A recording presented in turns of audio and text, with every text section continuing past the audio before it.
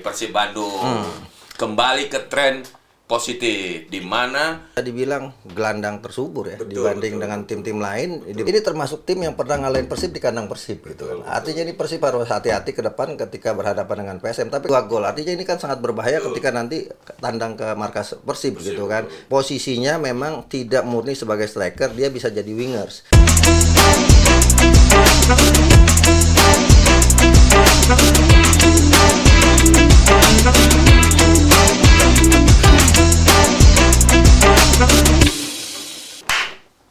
Sampurasun. Rampes. Apa itu Rampes? Nggak tahu. Itu di apa? Sadenya Abu Boto. Wah, ini baru lagi ya kan, iya. Bang. Iya. Ini kita baru lagi datang ini kan, Iya, karena iya. kesibukan masing-masing kan.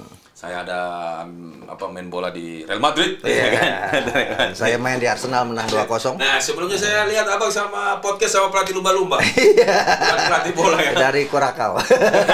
Namanya Ferry. Aduh. Calon pandit Indonesia. Pernah main di tim nasional dan pernah main di Piala Dunia, tapi Kurakau negaranya. Sepak bola atau olahraga lain? Catur. Bang, ngomong-ngomongin Oke. udah pasti Persib Bandung kembali ke tren positif, di mana bisa mencuri poin di kandang Arema yang juga mulai membentuk tim di putaran kedua, ya kan, dengan skor sangat meyakinkan 3-1. Ya, saya pikir ini comeback yang luar biasa dari Persib setelah kalah 0-2 di kandang ya dari Dewa United. Dan kalau kita lihat penampilan Persib sangat percaya diri, bahkan ada kesan bahwa mereka sudah melupakan kekalahan dari Dewa, fokus ke laga-laga di depan. Padahal di pertandingan melawan Arema misalnya David da Silva tidak main. Betul. Kemudian juga ya Dedi masih cedera, Dedi Kusnandar, Rezaldi tidak main, Dimas Derajat masih cedera, tapi mereka main sangat percaya diri dan sangat yakin bisa memenangkan pertandingan. Kenapa? Karena melawan Arema adalah salah satu kunci buat Persib untuk back to back champion kan. Karena bagaimanapun persaingan ya kan? Arema ini adalah tim yang bisa jadi kuda hitam untuk menjegal tim-tim yang berambisi juara. Setidaknya setelah Persib lewati Arema, karena di partai pertama kan Persib ditahan Arema 1-1 di kandang sendiri. Akhirnya mereka bisa menang. Setidaknya tugas kedepannya adalah bagaimana rival-rival mereka berhadapan dengan Arema seperti Persija dan Persebaya. Persib sudah sukses dengan menang di kandang Arema 3-1 dan Persib menjadi satu-satunya tim yang belum terkalahkan di laga tandang. Nah, ini yang menarik, di mana ketika melawan Dewa kalah, Bang, itu ada perubahan taktik. Betul. Ada perubahan cara bermain, di mana Bojan Hodak melakukan press di awal, Betul. ya kan? Sampai Arema tidak bisa berkembang. Dan kita bisa lihat lagi-lagi Tiron menjadi bintang lapangan, di mana dia mencetak 2 gol dengan 1 gol yang sangat indah, yaitu tendangan bebas, ya kan? Betul. Ini saya rasa pemain ini juga patut harus diwaspadai memang, karena kebanyakan tim mungkin melihat Tiron musim sebelumnya di Persib terus dipinjamkan, jadi mungkin semua tim berpikir wah ini pemain biasa-biasa saja. Tapi ketika musim ini berjalan, mulai dia memperlihatkan kualitas, ini Tiron akan sangat dijaga ketat oleh tim lawan Persib. Dan gol pertama debut dari striker Gervan Castana. Nah, kalau saya lihat ini hilangnya David da Silva justru bisa ditutupi oleh hadirnya Tirone Delpino ya. Kalau kita lihat 2 gol brace dicetak Tirone Delpino, yang satu lewat sundulan, satu lagi lewat lewat tendangan bebas. Dan yang menarik golnya juga peran dari Ciro Alves juga sangat besar. Artinya ketika David da Silva hilang, justru Tirone Delpino muncul. Ya kan? Nah, yang kita ingat musim lalu baru sekali main bersama Persib langsung dipinjamkan ke Ratchaburi. Di Ratchaburi itu Tirone Delpino 15 kali main, 5 kali cetak gol. Sekarang kalau di total mereka Tirone itu 19 kali main bersama Persib Bandung ya, di total 11 gol, top scorer sekarang, 6 assist. Jadi kalau dibandingkan dengan Gustavo Almeida Persija yang juga sudah mencetak 11 gol, Tirone Delpino unggul karena dia punya 6 assist yang dia berikan. Bukan sebagai striker. Dan kalau bisa dibilang juga Tirone ini bisa dibilang gelandang tersubur ya, dibanding dengan tim-tim lain di mana top scorernya adalah para striker. Sementara Tirone Delpino ini adalah pemain gelandang. Atau enggak wing kan? Iya, dan saya pikir Persib mendapatkan satu pemain yang bisa dibilang menjadi kartu as setelah David da Silva cedera, dan penampilannya sangat luar biasa. Termasuk diantaranya adalah ketika Tirone Del Pino tarik keluar, yang masuk Garvan Castana, dan golnya juga luar biasa. Umpan dari Coro Alves kemudian ditendang dari luar kotak penalti. Ini gol pertamanya dari Castana setelah sebelumnya tidak tampil begitu bagus. Artinya ini menjadi modal juga buat Persib untuk ke depan menghadapi PSM di kandang gitu. PSM bagaimanapun statusnya sama dengan Arema sebagai tim yang bisa menjadi penghancur papan atas. Nah, yang menarik di sebelahnya Arema ini pas pelatih definitifnya terpilih, justru penampilan menurun 3 kali laga, 3 kali kalah ya kan. Dan ini kemudian supporter Aremania dimanfaatkan oleh Persib itu. Betul, Aremania udah mulai menggugat nih Zé Gomes untuk out gitu kan. Ini sangat menarik sekali. Padahal sebelumnya Arema itu 7 laga terakhir melawan Persib tidak pernah kalah. Jadi kemarin itu adalah kekalahan pertama Arema dan terjadi di kandang sendiri. Itu yang membuat Aremania sangat kecewa dan sangat kesal dengan pergantian pelatih yang justru waktu dipegang caretaker Kuncoro, ya kan menang terus kan. Nah, ada satu lagi yang menarik. Kehadiran Nick mampu membuat pertahanan Persib begitu kokoh. Berarti tanpa kehadiran Nick,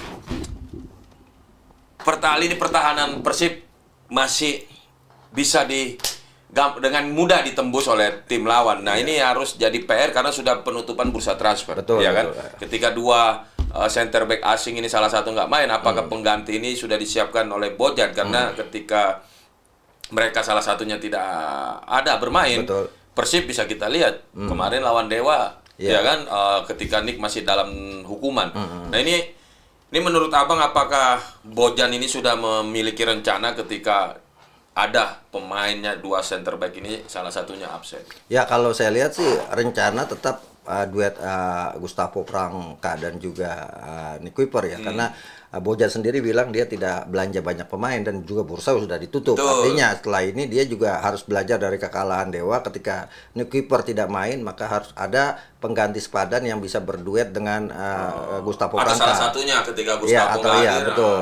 Nah, bisa jadi Matteo Kocijan, tapi kan belum sudah diperlihatkan tapi tidak maksimal. Tidak maksimal. Kan? Kemungkinan saya pikir back-back muda seperti Kakang, kemudian juga Robi Darwis mungkin bisa dimaksimalkan, atau Ahmad Juprianto yang selama ini memang jarang diberi kepercayaan, tapi bicara pengalaman, punya pengalaman, mental juara juga ada dia gitu kan. Ini sangat rawan, Bang. Betul. Ini kan pertandingan masih menyisakan 15 pertandingan di depan kan. Betul. Nah, sedangkan kita tidak tahu pemain itu bisa cedera atau dapat akumulasi atau dapat sanksi lagi. Nah, ini kan yang sangat berbahaya, bisa menyurutkan niat back to back Persib juara ketika andalan di lini belakangnya tidak ada. Tapi Persib sekarang setidaknya bernapas lebih lega sedikit karena ternyata Persebaya rivalnya kalah juga gitu kan, dengan skor telak dari Barito 3-0.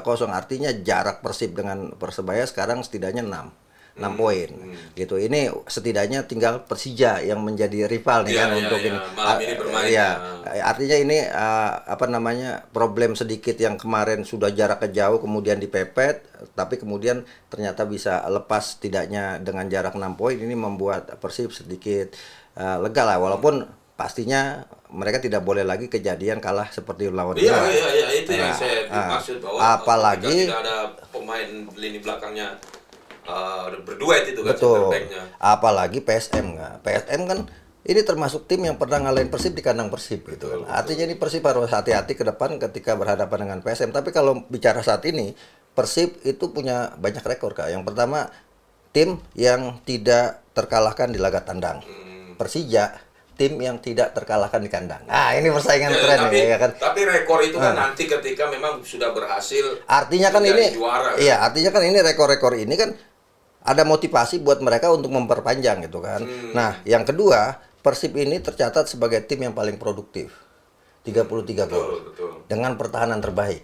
Hanya kebobolan 16 gol. Nah, cuman ketika satu nggak hadir. Nah, itu yang jadi problem. Bisa memanfaatkan. Nah, ini takutnya yang saya bilang tadi 15 pertandingan ke depan ini kan masih panjang. Ya kan? Kita tidak tahu pemain itu apa yang saya bilang bisa kartu apa kan. Nah, itu Bojan tuh harus dari sekarang untuk mempersiapkan ketika lini pertahanannya dua center back itu tidak main salah satunya. Iya Gitu sih. betul sekali, dan ini PR-nya belum ada solusinya sebenarnya, atau Betul. belum ada pemain yang benar-benar siap untuk menggantikan salah satu dari Nick Kuiper dan Gustavo Franca. Betul. Artinya ini problem yang bisa jadi handicap Bojan Hodak untuk menjaga terus motivasi Persib untuk meraih kemenangan di setiap laga. Apalagi saya nih agak sedikit khawatir dengan Persib adalah ketika berhadapan dengan PSM. PSM punya striker baru namanya Balotelli itu kan. Iya, Dan itu dua game dua gol. dua game dua gol. Artinya ini kan sangat berbahaya ketika nanti tandang ke markas Persib gitu kan. Ini menjadi PR sendiri ya. Moga-moga Nick Kuiper sama Gustavo bisa terus main kan, sehingga kemudian tidak ada problem. Nah, ada problem lagi, satu lagi sebenarnya Persib kayak di gelandang bertahan. Ya kan, absennya Deddy Kusnandar Karena kemarin. Mati Koci kan dari sampai sekarang Ya. belum memberikan kontribusi yang sangat signifikan ya Betul. kan terhadap Persib. Nah, kayak kemarin kan dicoba Ahmad Agung kan, di babak kedua dimasukkan kan untuk jadi gelandang bertahan menggantikan perannya Adam Alis yang sebenarnya bukan posisi idealnya Adam Alis untuk main di posisi itu gitu kan. Dan sudah dicoba ya, moga-moga ke depan dengan dikasih jam terbang Ahmad Agung bisa cepat adaptasi untuk menggantikan posisi Deddy Kusnandar. Termasuk diantaranya adalah menyiapkan juga penggantinya dari David da Silva kalau cederanya berkepanjangan. Tapi David da Silva sudah ada siapa? Kastaner. Nah, ini yang menurut saya akan bingung lagi Bojan ketika 4 pemain ini fit semua. Tapi kalau Ya, kita kan? lihat main kemarin Kastaner justru tidak bermain sebagai striker, dia sebagai wingers. Karena dia juga masuk bahkan sebagai gelandang serang karena masuknya kan menggantikan Tirone. Sementara posisi striker kemarin ditempatkan oleh Rian Kurnia. Oke. Iya kan? Ya bisa juga Bojang mungkin memodifikasi dengan istilahnya false nine ya. Tidak ada striker tunggal di depan, Betul, tapi betul. semua bisa jadi Betul. striker bergantian. Kastaner bisa jadi striker, Contoh seperti Tiro Tiron, Alves, ya, Tiron bisa jadi striker, kemudian juga Rian bisa masuk ke dalam kotak. Nah, ini yang kemudian bisa justru menyulitkan lawan-lawan Persib. Dia tidak tahu sebenarnya striker Persib itu siapa. Kalau ada David da Silva kan lawan-lawan udah tahu David da Silva nih pasti yang dituju. Nah, sekarang ini dengan rotasi pemain yang dilakukan oleh Bojan, saya pikir akan sangat sulit lawan-lawan untuk mendeteksi siapa striker sesungguhnya di Persib. Karena kemarin ketika Kastaner main, dia main agak ke tengah kan, menggantikan posisi Tirone kan, bahkan menerima umpan dari Ciro Alves, dia posisinya di tengah, yang di depan justru Rian Kurnia. Betul. Nah, itu yang menarik. Nah, terakhir nih Bang, ya kan? Terakhir. Kedua tim supporter kan. Supporter kemarin sama-sama menjalin harmonisasi betul. kan.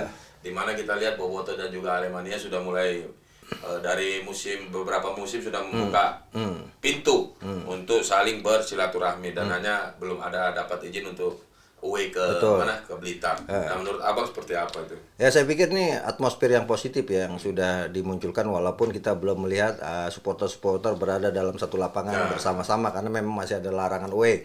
Tapi dengan komunikasi di luar lapangan di antar supporter, saya pikir ini adalah efek positif ya. Dan saya pikir supporter juga sekarang mau Bobotoh, mau kemudian Aremania, mau The Jackmania, mau kemudian Bonek dan supporter-supporter lain juga sudah mulai memahami bahwa mereka harus mengubah mindset ketika mendukung tim gitu kan. Tidak lagi kemudian anarkisme, vandalisme ditonjolkan ketika mendukung tim, dan itu sudah dibuktikan dan digambarkan walaupun Persib Bobotoh kemarin ketika lawan Persija, tapi itu bukan kejadiannya dengan Persija kan, mereka ribut antar Bobotoh dengan Panpel. Ya kan, yang sampai kemudian dihukum itu kan oleh oleh Komdis PSSI. Tapi hubungan dengan supporter Persija juga justru sangat bagus sekali gitu. Dan artinya ini atmosfer yang harus terus dijaga oleh para supporter, apalagi klub-klub yang punya supporter dalam jumlah besar. Dan kalau saya berharap Persib menjadi salah satu pionir untuk merubah mindset para supporter gitu kan. Bobotohnya, karena bagaimanapun Bobotoh ini kan salah satu yang terbesar saat ini di sepak bola Indonesia gitu kan. Sekarang kan sudah banyak juga supporter yang kemudian mengedepankan aksi kreativitas mereka dalam mendukung tim ya, dengan 3D itu kan, sponsor 3D. Saya pikir itu penting, dan yang paling penting ya nanti 16 Januari ketika bertemu dengan Persija juga kan, itu bagaimana Boboto, saya pikir komunikasi antara The Jack dengan Boboto sudah terjalin baik. Saya lihat Diki dengan ketua Viking World Cup sudah ini sudah juga sering bertemu, bahkan sering berdiskusi. Mereka berkumpul dalam Asosiasi Supporter Indonesia itu dan sedang membuat aturan tentang bagaimana supporter ke depan, hak dan tanggung jawabnya, termasuk supporter ke depan berbadan hukum, sehingga kemudian kalau ada kasus jadi bisa langsung ditindak gitu. Nah Bang, menarik nih kan, tiga pemain kunci ini yang kita takutkan ketika ada perselisihan.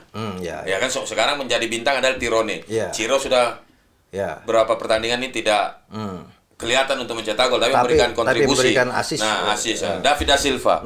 Ya kan? Lama-lama kan ada persaingan. Mudah-mudahan persaingannya positif ya, tidak persaingan secara negatif bahwa iri-irian.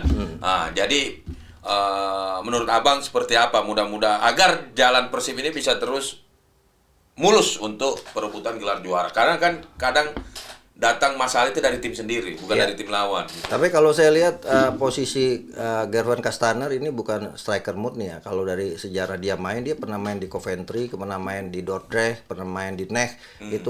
NEC itu klub yang Dordrecht itu klubnya Jan Schreven kan, pemain pemain keturunan kita. Kemudian di NEC itu jadi pernah jadi klubnya Tom Hay. Kemudian pernah main di FC Zwolle bareng-bareng dengan Eleano Raiders. Nah ini Kastaner ini juga pernah dilatih oleh Patrick Kluivert di timnas Curacao. Ya kan?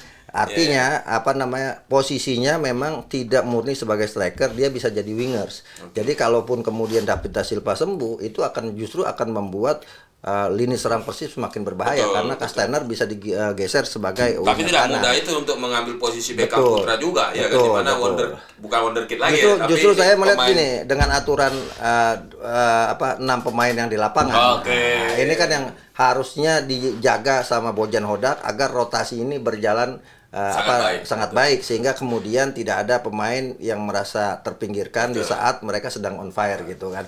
Nah itu kan sudah tergambar kemarin ketika David da Silva cedera, justru bisa digantikan perannya oleh Rian Kurnia, kemudian juga oleh Kastaner yang bisa menjadi penentu kemenangan. Dan menurut saya kemenangan 3-1 Persib di kandang Arema ini adalah kemenangan terbesar tandang mereka. Artinya ini akan jadi motivasi besar Persib untuk bisa kembali fokus, karena musim lalu juga kejadiannya hampir sama. Mereka menang beruntun kemudian kalah di kandang dari Persik Kediri kan, dengan skor 2-0. Habis itu mereka tidak terkalahkan lagi sampai juara, tidak terkalahkan sampai kemudian tandang ke markas PSS Sleman, kalah 1-0.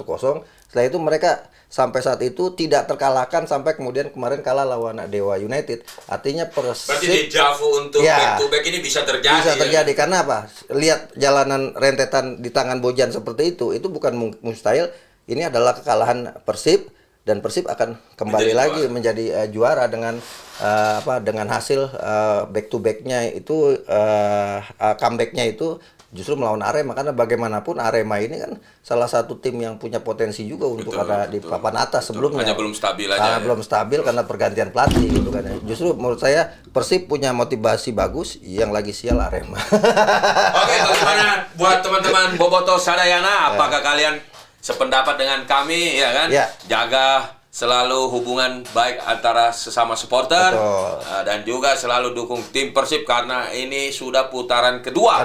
Yang dimana putaran kedua akan membuktikan siapa juaranya. Ya kan, apakah Persib mampu menjaga ataukah disalip oleh tim pesaing-pesaingnya. Dan ini momentum buat Persib, dan saya pikir Persib sudah belajar dari pengalaman. Mereka sekarang berada di daftar urut nomor 1 untuk jadi juara di musim ini. Dan yang paling penting kan terus harus diingetin supporter, kalau mendukung timnya harus berkendaraan dengan cara yang safety.